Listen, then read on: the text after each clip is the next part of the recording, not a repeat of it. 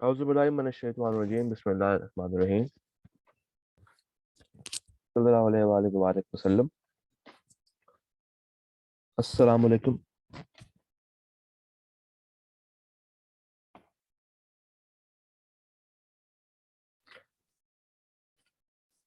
How are you all?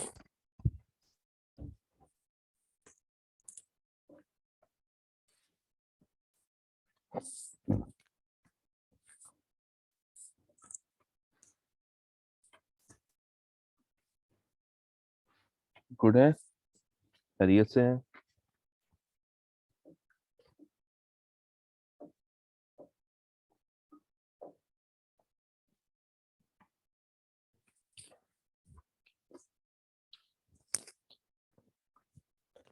जी जनाब। तो हम लोग अपनी रवायत को बरकरार रखे हुए हैं और कल के सवालों से एक हमारा पार्ट पेंडिंग पे चला गया था सम टाइम इश्यूज की वजह से। पॉइंट नंबर 2 पहले उस पर बात करेंगे और फिर आज का सवाल देखेंगे जो कि है स्प्रिंग 13 का। तो मुझे बताइए, कल की डिस्कशन से कोई सवाल हो, कोई बात पूछनी हो? अब आपको कॉन्फिडेंस फील हो रहा है? 705 706 रियलाइज हो रहा है कि how much time we have spending on this, so that कि यार पेपर में ये सवाल आपका 100% सही हो।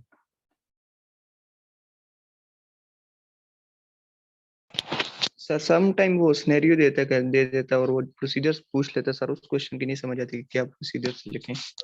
देखो, प्रोसीजर्स की अगर बात करें ना, तो अगर तो वो सवाल 705 का है और उसने मिक्स किया हुआ है 560 के साथ, 570 के साथ या 580 के साथ, तो ये तीनों स्टैंडर्ड्स के ना अपने अपने जाती प्रोसीजर्स है। 705 बेसिकली प्रोसीजर्स के ऊपर बात नहीं करता।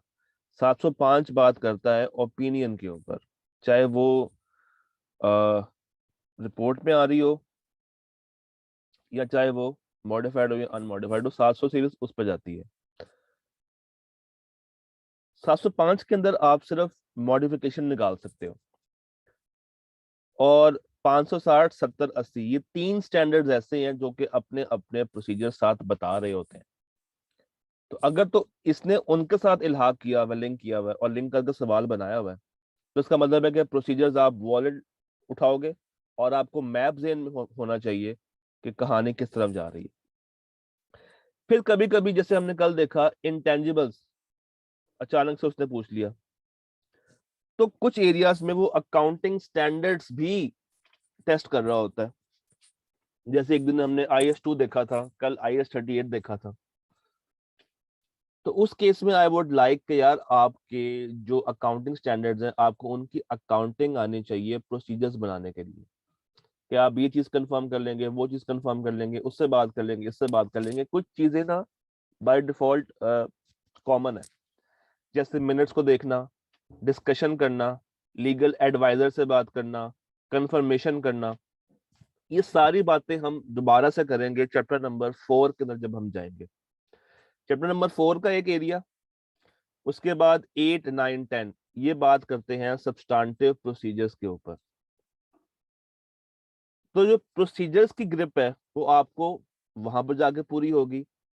यहाँ पे जो फिलहाल हम लोग प्रोसीजर्स बता रहे हैं, जो आईकैप एक्सपेक्ट कर रहा है, वो स्टैंडर्ड वाले प्रोसीजर्स हैं, 560 570 और 580 के।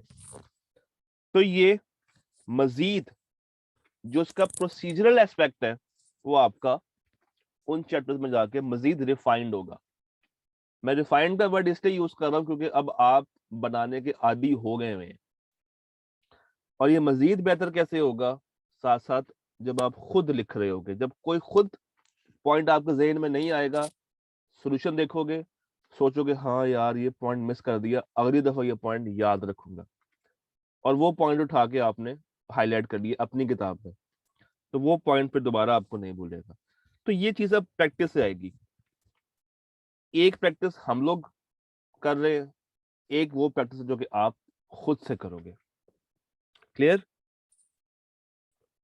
फायदा भी सवाल था किसका, मैं नाम ही नहीं सर लूंगा। मेरा था, क्लियर है। फरूख का था जी। तो फरूख समझ आई बात की।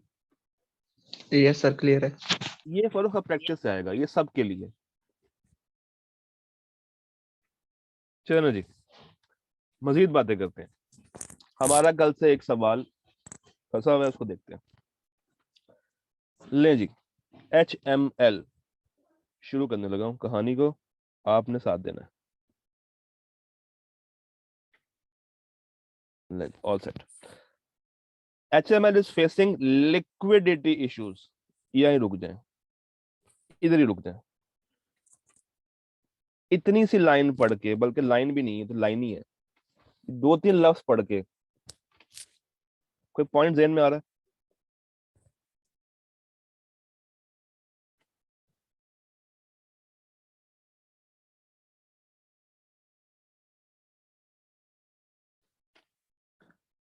Any point going concern?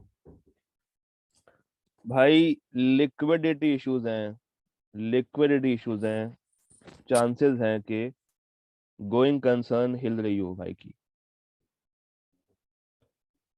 Chances हैं कि गोइंग कंसर्न हिल रही हो।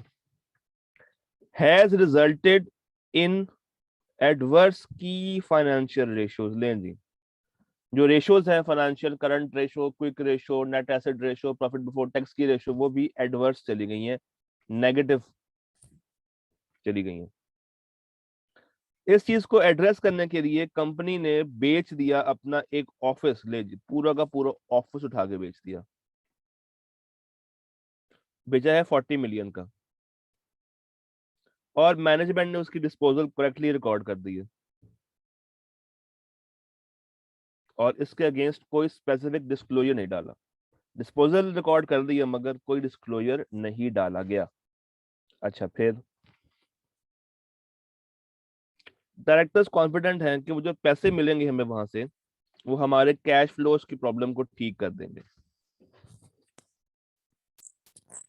सोचें यहाँ पे क्या हो रहा है, थोड़ा सा दिमाग चलाएं पहले आप लोग। मैं आपको टाइम देता हूँ, थिंक अबाउट इट कि हो क्या रहा है, हुआ क्या है।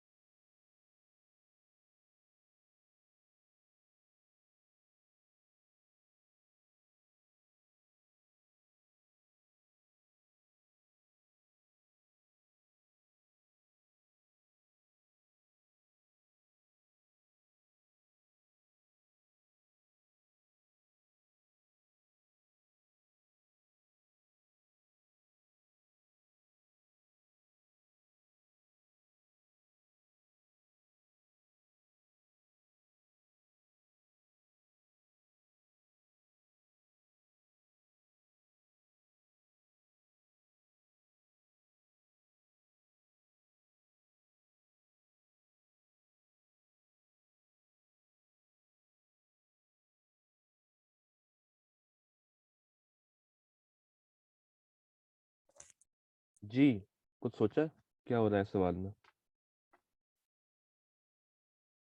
जरा मुझे आइडियाज बताएं, इस सवाल में आपने क्या क्या पॉइंट्स पिक किए, वन बाय वन करके पूछता हूँ। सबसे पहले let's talk about from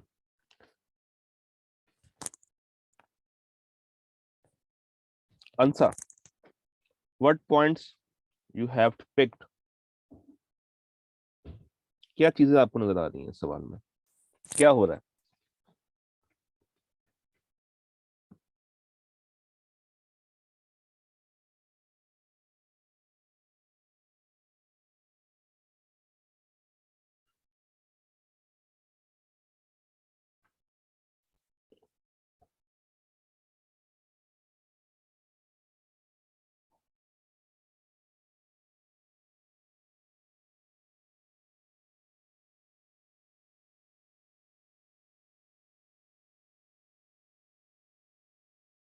ji answer, आपसे सवाल है कि क्या पॉइंट्स आपने इस सवाल में से निकाले हैं, एक्सट्रैक्ट किए हैं? आप चाहो तो माइक ऑन करके बता सकते हो, ताकि जरा जल्दी डिस्कशन हमारी हो जाए। तो माइक ऑन कर लें, टाइप ना करें, माइक ऑन कर लें और मुझे बताइए कि आपने इस पॉइंट में क्या देखा है।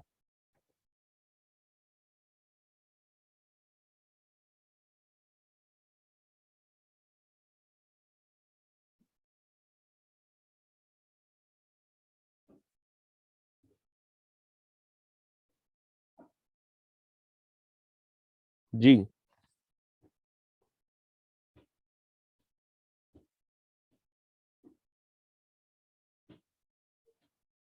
लो, मेरी आवाज आ रही सबको? क्या आवाज सबको आ रही है? बता दें। चले एमन आप बता दें, माइक ऑन करके।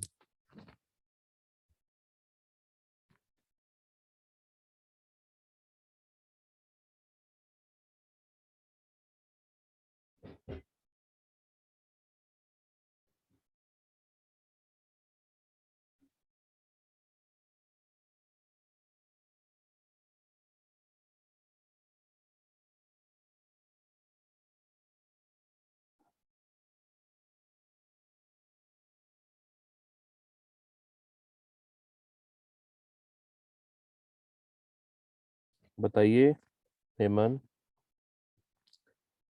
माइक ऑन कर लें, टाइपिंग में टाइम लगेगा।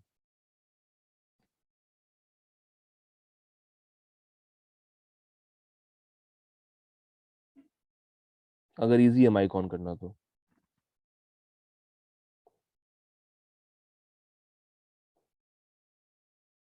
चले।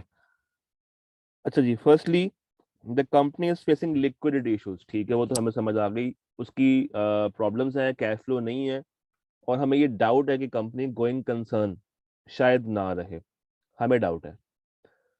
अच्छा, कुछ और अजीब सी बात आपको लग रही हो इस पूरे सिनेरियो में? सर डिस्क्लोजर नहीं दिया सर। डिस्क्लोजर नहीं दिया, किस चीज का? सर जो सेल प्रोसीड्स की हैं, सेल प्रोसीड्स की हैं तो डिस्क्लोजर देना चाहिए, बट क्योंकि उसने सर एंट्री तो लिक्विडिटी रिकॉर्ड कर इशू दी। है ना। नहीं, उसने एंट्री तो रिकॉर्ड कर दी है ना, डिस्पोजल का तो यस उसने सर। बता दिया कि अब उसके बैलेंस शीट के अंदर वो ऑफिस नहीं आ रहा, वो नॉन करंट एसेट नहीं आ रहा। उसने अपनी तरफ से अकाउंटिंग एंट्री सही की है। क्या कुछ एम्फेसिस और, दीजिएगा सर। क्या सवाल में कोई और चीज नजर आई आपको? एम्फेसिस भी कोई देना और, चाहिए ना आखिर में, एम्फेसिस कोई ऑन मैटर और, का। कोई और नई बात सवाल में आ रही नजर? क्या सवाल सिर्फ इतना ही है?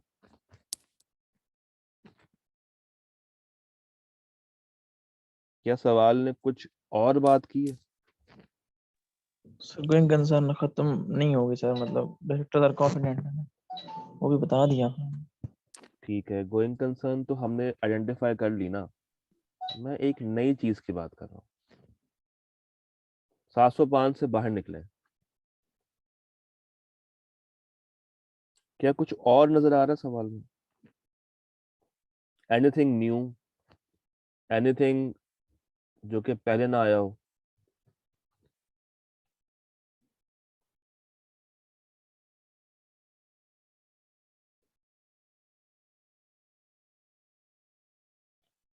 जी, देखिए सवाल को दोबारा से, सवाल दोबारा से देखें और मुझे बताइए कोई नई चीज नजर आ रही है सवाल में? Yes, yes. ऑफिस किसको बेचा है? ऑफिस किसको बेचा गया है? मैं किसको ऑफिस बेच रहा हूं?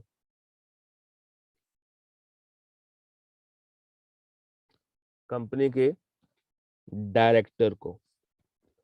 कंपनी का डायरेक्टर और कंपनी आपस में कोई रिलेशनशिप रखते हैं? प्रिंसिपल एजेंट का सर। प्रिंसिपल एजेंट का हो या रिलेटेड पार्टी हो, तो this is a related party transaction. This is a related party transaction. अच्छा, डिस्पोजल कर दी थी और अकाउंटिंग एंट्री सही पास कर दी, इसका डिस्क्लोजर ना दें कोई मसला नहीं है, मगर ये ट्रांजैक्शन हो रही है विद अ रिलेटेड पार्टी, उसका तो डिस्क्लोजर देना पड़ेगा। उन्होंने डिस्पोजल की बात तो कर दी, मगर ट्रांजैक्शन जिसके साथ हुई है IAS 24 के मुताबिक रिलेटेड पार्टी वाला डिस्क्लोजर गायब है। वो लोग पी गए हैं, उन्होंने गायब कर दिया, रिलेटेड पार्टी का डिस्क्लोजर ही नहीं है।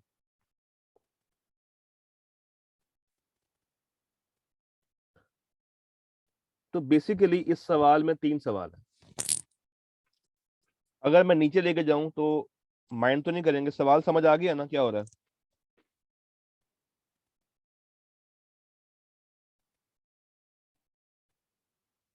हो क्या रहा है? ट्रांजैक्शन है रिलेटेड पार्टी, इसमें पहली बात तो ये कि कंपनी की गोइंग कंसर्न डाउट पे है। कंपनी की जनाब गोइंग कंसर्न तो डाउट पे है। क्यों? क्योंकि they are facing liquidity issues. Management से कहा भाई असेसमेंट, उसने कहा सर गोइंग कंसर्न देख लें, अब कर लेते हैं कुछ काम। और उसको कवर करने के लिए उन्होंने क्या किया, अपना एक ऑफिस बेच दिया, जिससे वो ये कह रहे हैं कि जो पैसा आएगा वो उनकी प्रॉब्लम्स को फिलअप कर देगा। और ये जो ऑफिस बेचा है इसकी अकाउंटिंग एंट्री रिकॉर्ड कर ली है। IAS 16 के मुताबिक डिस्पोजल सही से रिकॉर्ड हो चुकी है।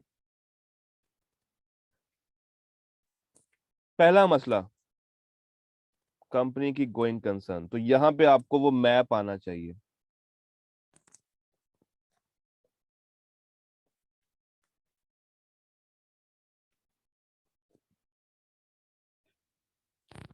वो मैप और उसके सारे सिनेरियोज आप यहाँ पे एक्सप्लेन कर रहे होंगे, तो ये होगा तो वो होगा, वो होगा तो ये होगा।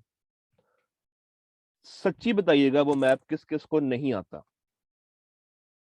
अभी तक जहन में उसका नक्शा कायम नहीं है, सच्ची बताइएगा, झूठ नहीं बोलना। ऑनेस्टली, क्या किसी को अभी तक वो मैप याद नहीं हुआ?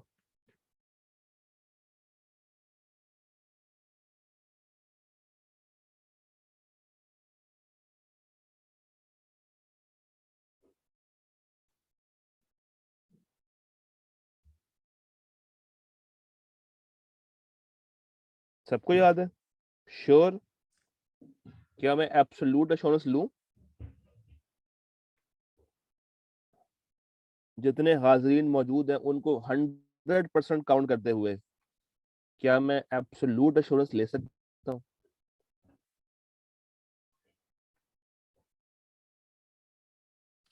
चलें, अगर याद नहीं भी है स्टिल उसको याद कर लें। मैप की फॉर्म में याद नहीं हो रहा, कोई बात नहीं, किताब खोलें, रट्टा लगा लें, किताब खोल के रट्टा लगा लें। मगर आप देख रहे हैं 705 और 570 को वो मिला के पूछ रहा है, और वो एक्सपेक्ट कर रहा है वही 4 बातें जो कि किताब में रट्टे फॉर्म में दी हुई हैं टेबल बना के। या वो टेबल याद कर लें या वो मैप याद कर लें, कोई एक चीज याद कर लें, वो एज इट इज उठा कर लिख दें, आपका बेड़ा पार हो जाएगा। मेरी बात समझ आ रही है?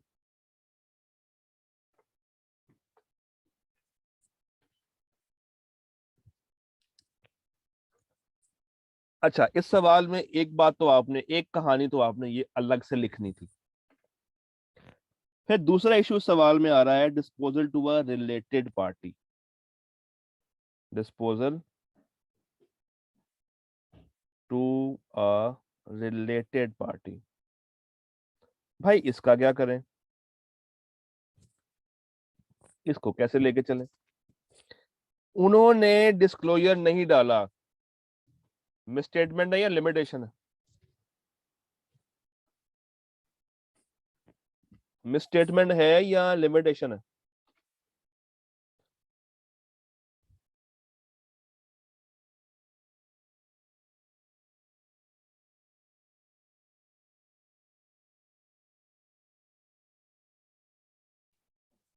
मिसस्टेटमेंट है। क्या परवेसिव है या मटेरियल है, हमें पता है?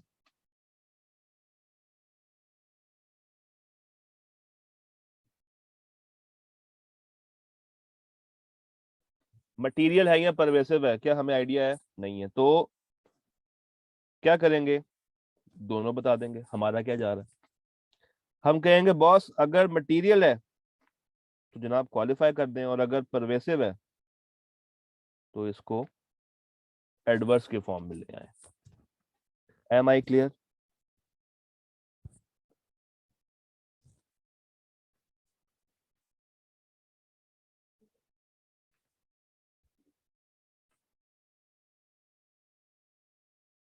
तो प्यारे भाइयों, प्यारे भाइयों, मैं इस चैप्टर की इंपॉर्टेंस से अच्छा खासा वाकिफ हूं। इसको टिप समझ लें, इसको रिक्वेस्ट समझ लें, इसको कुछ भी समझ लें। आईकैब में पास होना चाहते हैं, इस चैप्टर के ऊपर अपनी ग्रिप बना लें। मैंने ऐसे नहीं 3 हफ्ते इस चैप्टर पर लगाए, कुछ इसमें है तो लगा रहा हूँ, इन्वेस्ट कर रहा हूँ, बार बार एम्फसाइज कर रहा हूँ, फोकस कर रहा हूँ। प्लीज अपने साथ नुकसान ना कीजिएगा।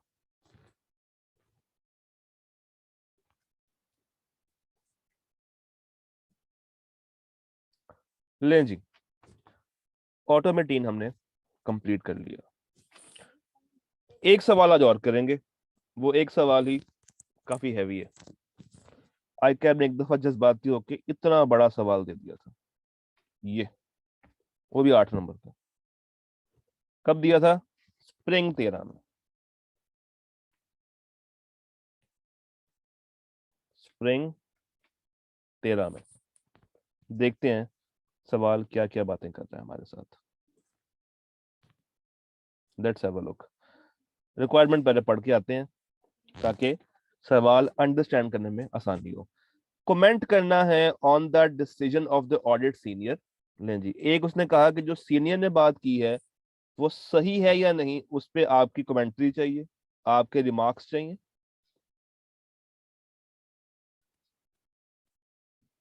एंड एंड आइडेंटिफाई करना है shortcomings if any in the modification drafted by him. लें जी, एक मॉडिफिकेशन ड्राफ्ट करवा के आपको दे दी और कहा कि बताइए इस मॉडिफिकेशन में कोई शॉर्ट कमिंग्स हैं या नहीं, कोई मसले हैं या नहीं। तो ये सवाल थोड़ा सा हटके है। आपने 2 काम करने हैं, एक तो अपने सीनियर की बातों को देखना क्या वो सही बात कर रहा है, उसकी बात पे कमेंट करना है।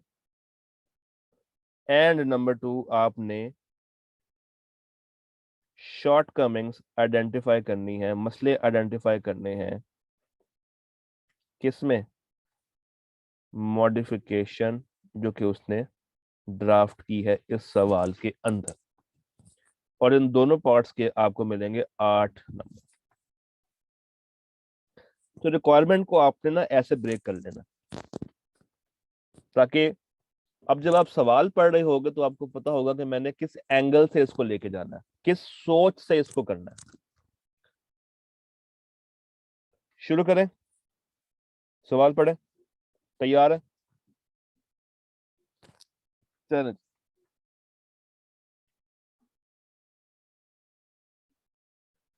शेर खान लिमिटेड SKL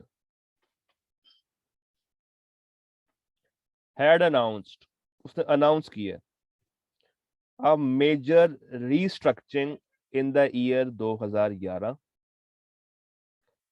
ईयर 2011 में उसने अनाउंस कर दी है एक मेजर रीस्ट्रक्चरिंग, और उसके लिए जो प्रोविजन है वो बुक कर ली है 120 मिलियन की। यानी कि 120 मिलियन का खर्चा उसने एज अ प्रोविजन रिकॉर्ड कर लिया है, जो कि उसको लग रहा है कि कॉस्ट आएगी रीस्ट्रक्चरिंग की।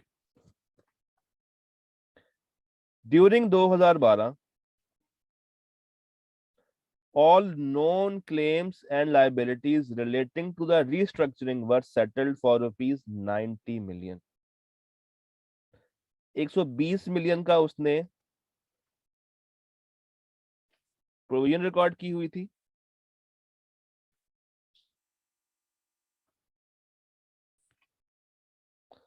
और सेटल्ड अमाउंट कितनी हुई? 90 मिलियन की। अच्छा, आगे देखते हैं।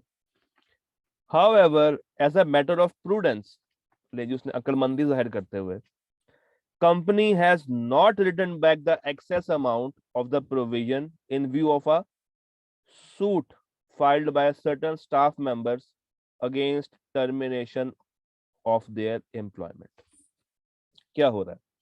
इतने से पार्ट को पढ़ के हमें क्या अंडरस्टैंडिंग हो रही है, पहले ये देखते हैं। कंपनी ने अनाउंस किया है 2011 में एक मेजर रीस्ट्रक्चरिंग। उसने कहा है कि अब हम तब्दीली लेकर आ रहे हैं,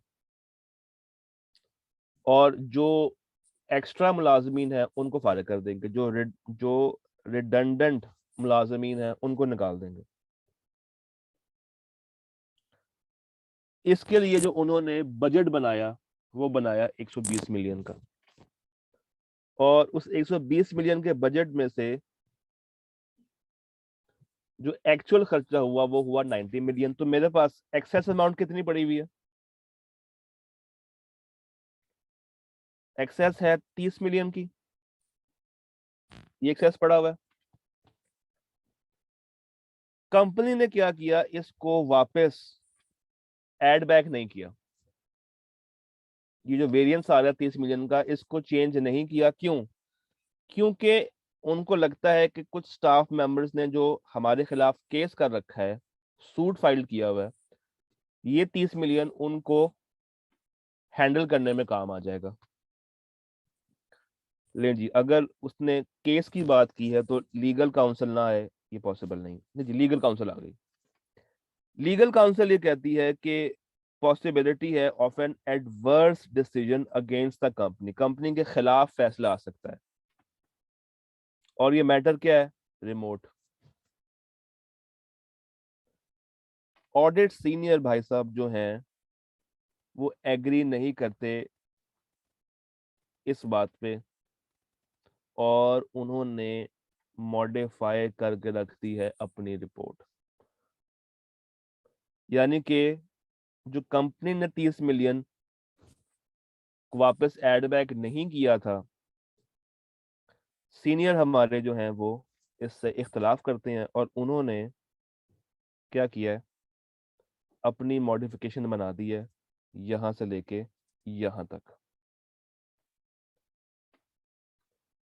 मुझे बताइए, उसने जो मॉडिफिकेशन बनाई होगी वो मटेरियल मिसस्टेटमेंट समझते हुए बनाई होगी या स्कोप लिमिटेशन समझते हुए बनाई होगी?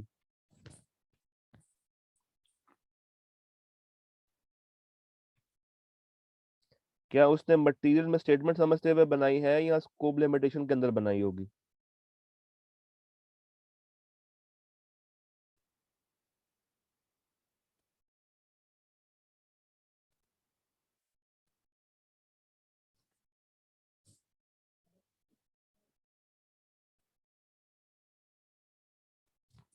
डेफिनेटली मिस स्टेटमेंट के अंदर बनाई होगी। अच्छा, तो उसने ये बना दी है आपके सामने मॉडिफिकेशन। जरा इसको पढ़ते हैं और देखते हैं कि आप कोई गलत बात तो नहीं कर रहा। An amount of 30 million has been provided in respect of expected amount which the company may be required to pay to employees whose employment was terminated during the year. ठीक है. Management is of the view that in case of the company is required to pay the amount to those employees, the said provision would be utilized. यानी कि वो पैसे उसी वक्त utilise होंगे जब वो पैसा हमने पे करना है. In our opinion, the company's decision to make the above provision is not in accordance with IAS. ये उसने मॉडिफिकेशन बना दी है. अब इसमें क्या मसले हैं, इसको कुछ टाइम में देखते हैं. नीचे सवाल पहले जरा कंप्लीट कर लें. Had the liabilities been correctly recorded, profit जो है, अच्छा अभी ये कंटिन्यू हो रही है, ये कंटिन्यू हो रही है. Had the liabilities been recognized correctly, जो प्रॉफिट है वो 30 मिलियन से बढ़ जाता. Because the effects of the matter जो हमने ऊपर डिस्कस कर दिए हैं, financial statements true and fair view नहीं दे रही एज एट 30 सितंबर 2012, और नीचे उसने आपको बेंचमार्क्स दे दिए. प्रॉफिट बिफोर टैक्स 145 मिलियन का और नेट एसेट्स बता दिए 350 मिलियन के. हम यहाँ पे नोट कर लेते हैं ताकि बाद में हमें बार बार नीचे ना जाना पड़े. प्रॉफिट बिफोर टैक्स है 145 मिलियन का और 350 मिलियन के क्या है, नेट एसेट्स 350 मिलियन. ले जनाब, पूरा सवाल अब आपके सामने मौजूद है. अब देखते हैं क्या क्या ड्रामेबाजियां सवाल में चल रही हैं. सबसे पहले हमें क्या करना चाहिए, हमारे पास अमाउंट आ रही है 30 मिलियन की, हमारे पास दो बेंचमार्क्स भी आ रहे हैं. जरा बताइए प्रॉफिट बिफोर टैक्स का कितना परसेंट बन रहा है और नेट एसेट्स का कितना परसेंट बन रहा है, जल्दी से बताइए. 30 डिवाइडेड बाय 145 इंटू 100 और 30 डिवाइडेड बाय 350 इंटू 100. बताइए रिजल्ट क्या आ रहा है आपका.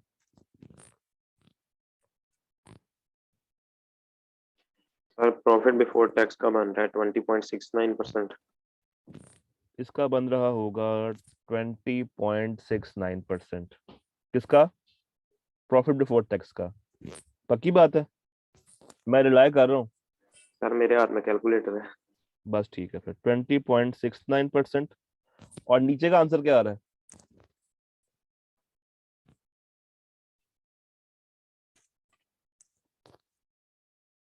सर 8.57. 8.57. ठीक है. नेट एसेट्स का तकरीबन 8.5% और प्रॉफिट बिफोर टैक्स का 21 तकरीबन. 30 मिलियन की जो अमाउंट है, क्या ये परवेसिव इफेक्ट रखेगी या मटेरियल इफेक्ट रखेगी. परवेसिव. क्या ये पूरी फाइनेंशियल्स पे छा रही है,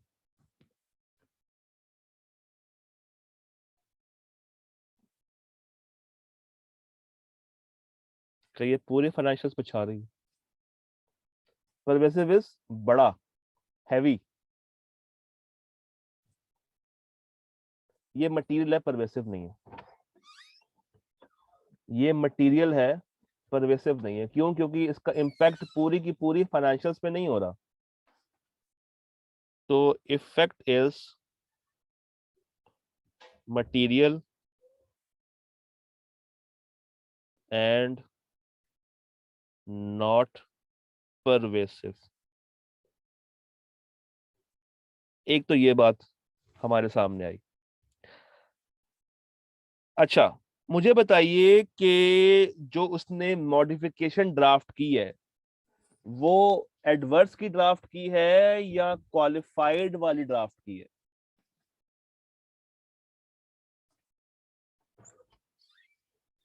मुझे विद रीजन बताना है कि आपको क्यों लगता है कि ये एडवर्स की है, क्वालिफाइड की नहीं है. Give me the reason also.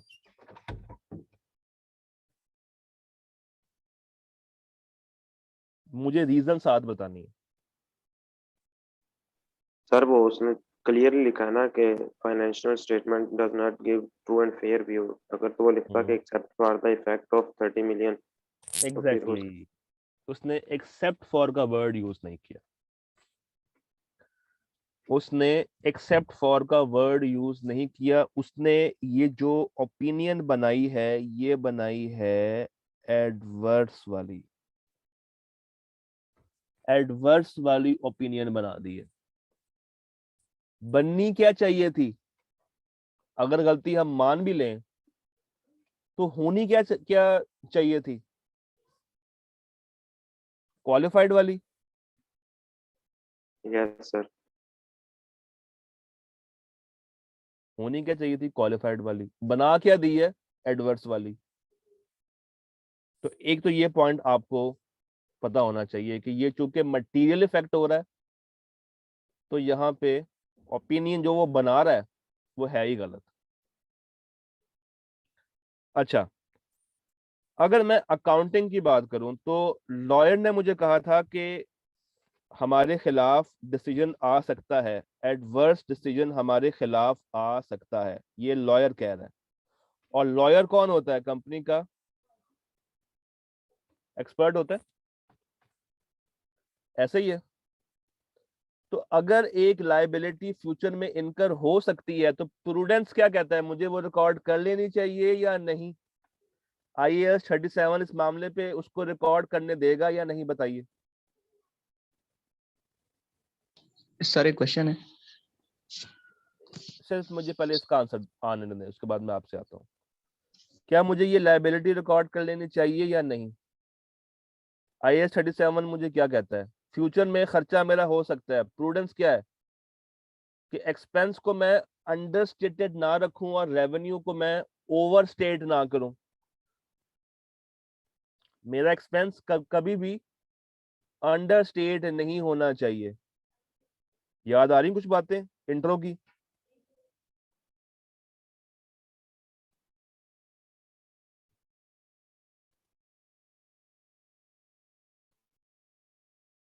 कुछ बातें याद आ रही हैं? कुछ बातें इंट्रो की बातें याद आ रही हैं?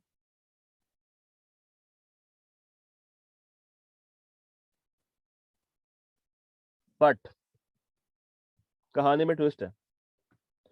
कहानी में ट्विस्ट है। ट्विस्ट है इस वर्ड की वजह से। ओए, ज्यादा काला हो गया। ये कह रहा है रिमोट। रिमोट का मीनिंग क्या होता है? रिमोट का मीनिंग क्या होता है?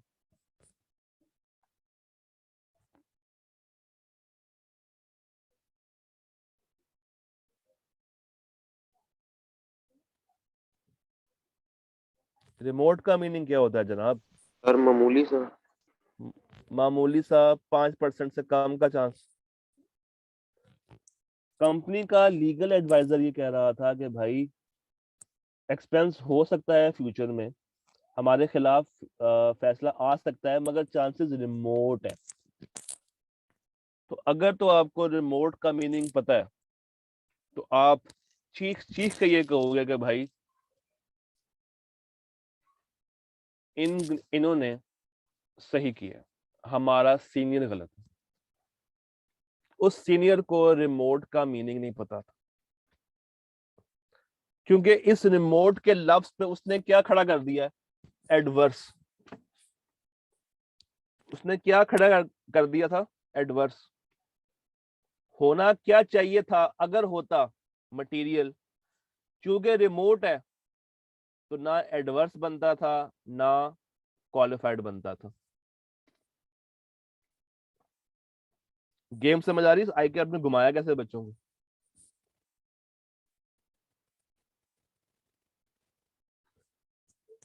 हमारे सीनियर ने बड़ी ओपिनियन दे दी। जब हमने रेशो निकाली तो वो मटेरियल बन रही थी, परवेसिव नहीं बन रही थी। हमने कहा तुम्हारी पहली गलती ये है कि तुमने एडवर्स दिया है, क्वालिफाइड आनी चाहिए थी। फिर हमने बात की लीगल एडवाइजर से जाके, उसने कहा सर चांसेस रिमोट है। ये मैं आपके सीनियर को पता नहीं कितनी दफा बातें बताता रहा हूँ, वो सुनता ही नहीं, वो पागल है वो। तो आपने जाकर उसको बताया कि भाई रिमोट का मतलब होता है 5% से लेस चांस। तो ना यहाँ पे क्वालिफाइड आनी चाहिए, ना यहाँ पे एडवर्स आनी चाहिए। कहानी समझ आ रही है? आई क्या अपना इस तरह उलझाता है बच्चों को।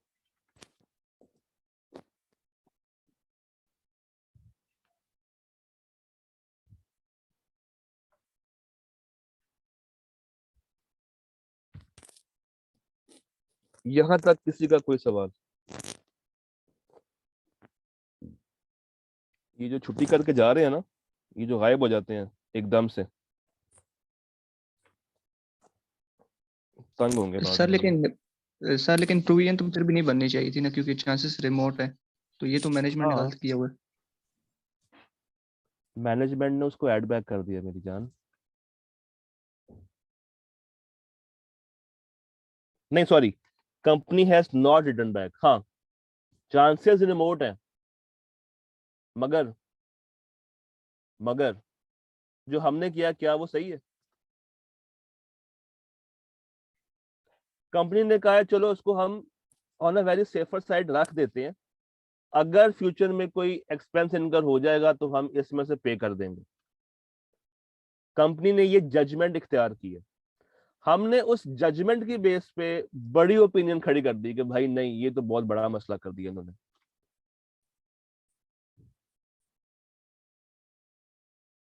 कंपनी ने on a very safer side रह के कहा है कि सर ये 30 मिलियन है, हम इसको माइनस कर रहे हैं, अगर फ्यूचर में कोई मसला आ जाए तो हम इसको इस्तेमाल कर लेंगे इस पैसे को। उन्होंने प्रूडेंस का कॉन्सेप्ट लगाया कंपनी ने। फिर आया हमारा सीनियर, हमारे सीनियर ने आकर ये कहा कि नहीं तुम लोग गलत कर रहे हो, मैं तुम्हारी रिपोर्ट परवेसिव लेवल पर जाके खराब करूंगा, एडवर्स बना दूंगा ओपिनियन को। आपने कहा भाई खुदा का नाम लो, रेशो ने कहा अगर देख लो ये मटेरियल इशू है, परवेसिव इशू ही नहीं है, तो तुम एडवर्स कैसे दे सकते हो? लड़ाई हो गई, हमें बुला लिया गया। हमने आगे बताया कि भाई ये लोग सही कह रहे हैं, पहली बात तो तुम गलत हो, एडवर्स नहीं बनती, अगर बनेगी तो बनेगी मटेरियल, अगर बनेगी तो बनेगी कौन सी? मटेरियल। अगर बनेगी तो बनेगी मटेरियल।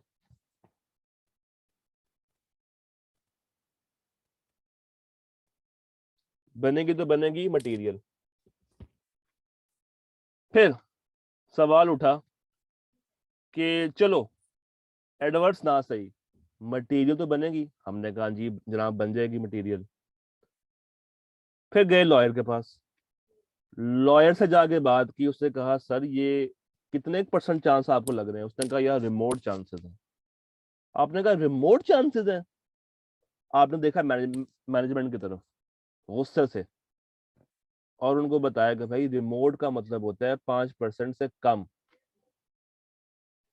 उनको बताया रिमोट का मतलब क्या होता है, 5% से कम। तो फिर तुमने प्रोविजन क्यों रिकॉर्ड की हुई है भाई? क्या तुम्हारा प्रोविजन रिकॉर्ड करना बनता है? उन्होंने आंखें झुका ली, उन्होंने आंखें झुका ली। तो एक गलती मैनेजमेंट ने की है, एक गलती आपके सीनियर ने की है। सीनियर ने मटेरियल को एडवर्स बना दिया, उन्होंने रिमोट होते हुए भी प्रोविजन रिकॉर्ड कर ली। क्या प्रोविजन रिकॉर्ड होनी चाहिए थी? सर क्या प्रोविजन रिकॉर्ड होनी चाहिए थी जब चांसेस ही रिमोट है?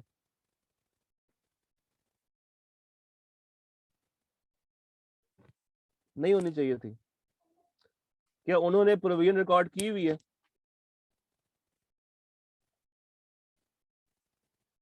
क्या ये गलती है? क्या मुझे ओपिनियन खराब करनी चाहिए, रिपोर्ट खराब करनी चाहिए? क्या मैं रिपोर्ट और ओपिनियन खराब करूंगा? मुझे क्वालिफाइड देनी चाहिए। उसने कौन सी दी हुई है भाई साहब ने, जो अपनी तरफ से सीनियर बन के गए में एडवर्स। आनी क्या चाहिए थी? क्वालिफाइड। आनी क्या चाहिए थी? क्वालिफाइड। तो ये तो अभी आपने आंसर किया है, ये अभी आपने आंसर किया है इतना पार्ट, इतना पार्ट।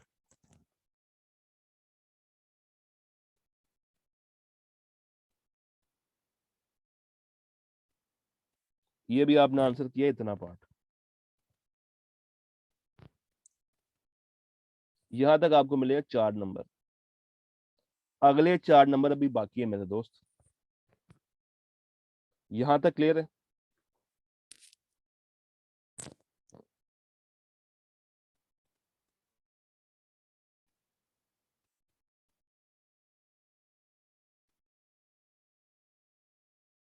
यहां तक क्लियर है?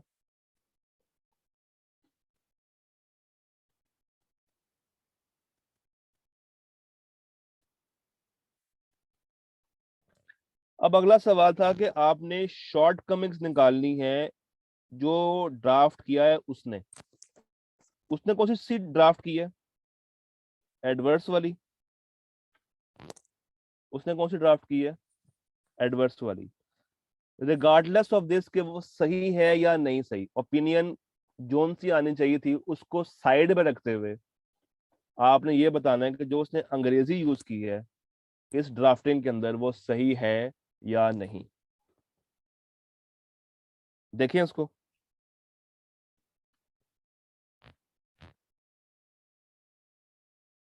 चलिए इसको देखते हैं। बेसिस फॉर ओपिनियन और ओपिनियन, मुझे बताइए दो अलग अलग पैराज होते हैं या एक पैरा होता है? बेसिस और ओपिनियन क्या अलग अलग पैराज हैं या एक पैरा है?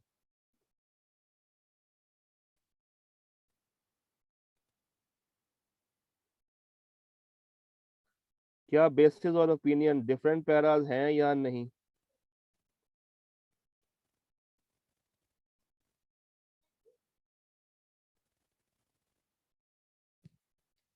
अलग अलग पैराज होते हैं। पैराज अलग अलग होते हैं। जरा गौर से देखिए, बताइएगा वो इस पैरा के अंदर कहीं बेसिस तो नहीं डाल रहा इतने पोर्शन के अंदर? क्या उसने बेसिस की बात तो नहीं कर दी?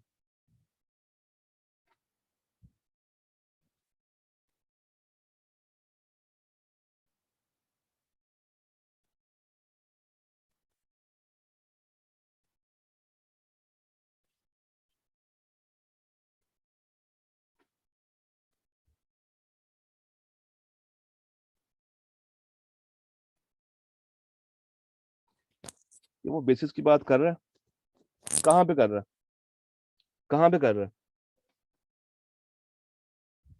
सर इंटरनेशनल अकाउंटिंग स्टैंडर्ड नहीं। यस। यहाँ पे क्या आना चाहिए था? यहाँ पे अल्फाज ये होने चाहिए थे कि in our opinion financial statements are not giving true and fair view. ये आते वर्ड्स। अगर एडवर्स होती, अगर एडवर्स ही होती तो अल्फाज क्या आते हैं कि हमारी ओपिनियन में जो फाइनेंशियल स्टेटमेंट्स हैं वो ट्रू एंड फेयर व्यू नहीं दे रहे इन ऑल मटेरियल रिस्पेक्ट्स। मगर उसने क्या किया है? उसने बेसिस को साथ ऐड कर दिया है। उसने अपनी अंग्रेजी जब शुरू की तो वो बहता चला गया, इतना बह गया, इतना बह गया कि भाई साहब ने एंड कर दिया। तो एक तो गलती ये कर रहा है कि वो बेसिस को साथ मिला रहा है। क्या मैनेजमेंट का पॉइंट ऑफ व्यू यहाँ पे बनता है? क्या ये बात यहाँ पर आती है?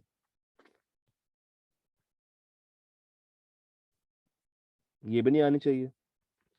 तो एक गलती तो उसने ये कर दी। ये भी नहीं बनता और ये भी नहीं बनता। ये भी नहीं बनता और ये भी नहीं बनता। और मजे की बात, एडवर्स तो वैसे भी नहीं बनती। बनती क्या है? क्वालिफाइड, जो है ही नहीं। तो ये कुछ गलतियां आप बता रहे होंगे इसकी ड्राफ्ट की हुई ओपिनियन के अंदर। सवाल समझ आया? एक सवाल किया आज क्योंकि नहीं, एक नहीं बल्कि 1.5 सवाल किया हमने आज, क्योंकि ये सवाल इंपॉर्टेंट है। आईकैट ने इस तरह का सवाल अभी होल्ड किया हुआ है, उसने दोबारा नहीं पूछा जिसमें वो ओपिनियन देके उसमें बच्चों को घुमा रहा हो। एक्सपेक्ट किया जा सकता है कि इस तरह का सवाल दोबारा से आईकैट रिप्रोड्यूस करे। अभी वो खामोश है, इस तरह के सवालों को नहीं लेकर आ रहा दोबारा से आगे। सिंपल पूछता है बताएं प्रोसीजर्स क्या है और क्या इम्पैक्ट आएगा। मॉडिफिकेशन के अल्फाजों के ऊपर वो अभी तक खामोश है, शायद वो कभी जाग जाए और इस तरह का सवाल दोबारा से रिप्रोड्यूस करते हैं। तो कोशिश करनी है कि ये सवाल आपने हाथ से लिख के करना है, ठीक?